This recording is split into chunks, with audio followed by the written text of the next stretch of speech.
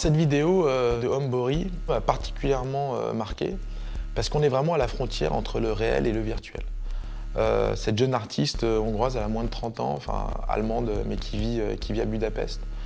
En fait, elle nous propose à voir une réalité qui est son trajet quotidien à Budapest. D'où le titre, c'est 3267 pas qu'elle fait tous les jours. Et à la fois, elle nous le montre d'une manière extrêmement virtuelle, puisque l'image est retravaillée avec des algorithmes, il manque de la matière. Donc on ne sait plus très bien si on est dans le réel et dans le virtuel.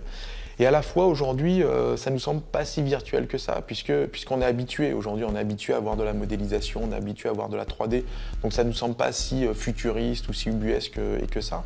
Et je trouve que c'est vraiment intéressant qu'elle nous emmène justement dans cette limite entre le réel et le virtuel qui fait qu'on est un peu perdu.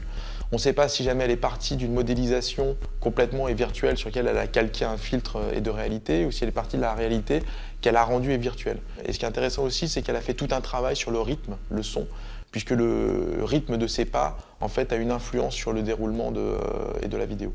Et je trouve que c'est, quand on est à la frontière des choses, et surtout entre le réel et le virtuel, c'est là où on trouve les choses intéressantes. Et je pense que pour une artiste aussi jeune, arriver à trouver ce paradigme de manière aussi forte dans une vidéo aussi courte, c'est assez balèze.